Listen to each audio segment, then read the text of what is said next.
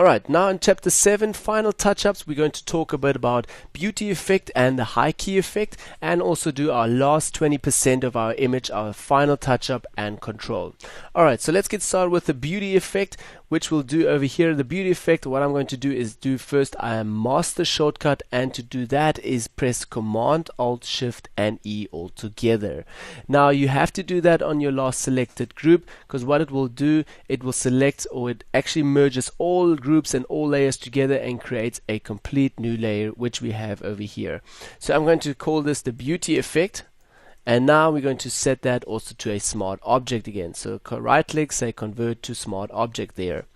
So once it's a smart object again, we can again then create a filter on top of that, and then we can render from there. So then I'm going to go over to my blending options again, change that to soft light, and what I want to do now is go back to filter here again and go back to blur, Gaussian blur. And in Gaussian blur, I can then adjust my pixels again here and create a really nice soft effect over here. So if you want to have a lovely beauty effect, you can do this. This is one technique that I sometimes use to just get a little bit of a beauty effect on there. Say around 60%, 60 pixels.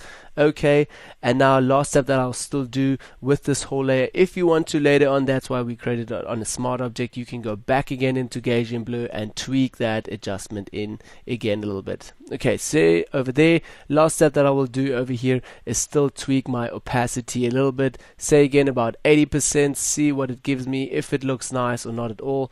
Take it up to 70%. Maybe that is a bit too much if you want to create another mask on here, and then just brush in your effects that you like.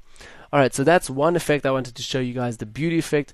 What I also sometimes do is do a little bit of a more high key effect, but for that I use a plugin called Color FX Pro. So what I'll do before, again, go back to virtual makeup, press again Command Alt Shift E together, create again a master shortcut. Then I'm just going to move that up to the top and rename that to high key. High key effect.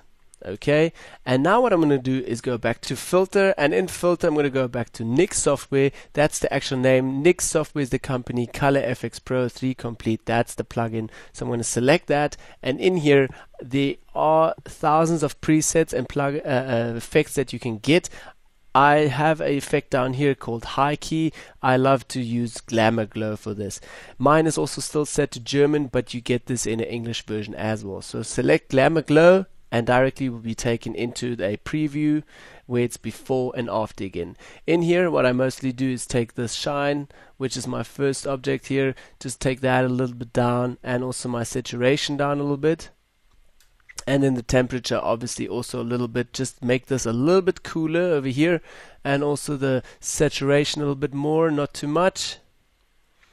And then the effect, the shine, how much you want to shine this a little bit, say around 36%, that's okay. Last step I'll do is say OK, and directly it will be overtaken to your Photoshop again in a new layer, and Photoshop is rendering there, and then we can still tweak that a little bit, change the opacity if we want to, do a little bit of a masking on there. I don't want to tweak that too much, so let me just turn off my high key effect here, my last layer, and on my Glamour Glow, which is quite strong at the moment, so what I'll do is take it most probably down to just say around 30%, 30-40%, somewhere there.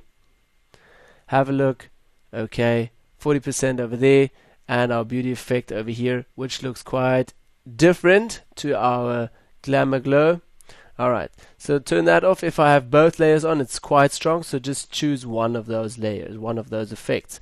I'm going to write the high key effect.